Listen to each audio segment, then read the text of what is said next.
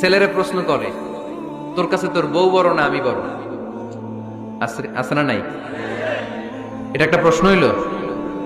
তোর বউ বড় না আমি বড়? দুইজনেই বড়। এক ছেলে সুন্দর উত্তর দিছে, আমার কাছে ভালো লাগছে উত্তরটা শুনে।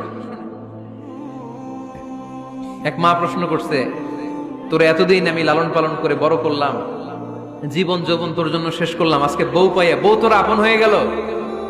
এবার ছেলে উত্তর দিছে, মা আমার মুখ থেকে মা ডাক শোনার জন্য তুমি কি কষ্টটাই না করছো জীবনে। 10 মাস আমারে পেটে ধারণ করলা, খাইতে পারো নাই, বমি করছো, খালি ওষুধ খাইছো, তোমার পেট কেটে আমারে বের করা হয়েছে, 2 বছর আমারে দুধ খাওয়াইছো, পেশাব পায়খানা পরিষ্কার করেছো। বয়স যখন 3-4 তখন তোমার আমি মা ডাকছি, এই মা ডাকটা শোনার জন্য তুমি এত কষ্ট করছো। আর আরেকবারের মাইয়া এই ঘরে আইসাই তোমার মা ডাকা শুরু করছে। যেই মেয়েটা তোমারে মা ডাকে সে আমার আপন হবে না কেন মা?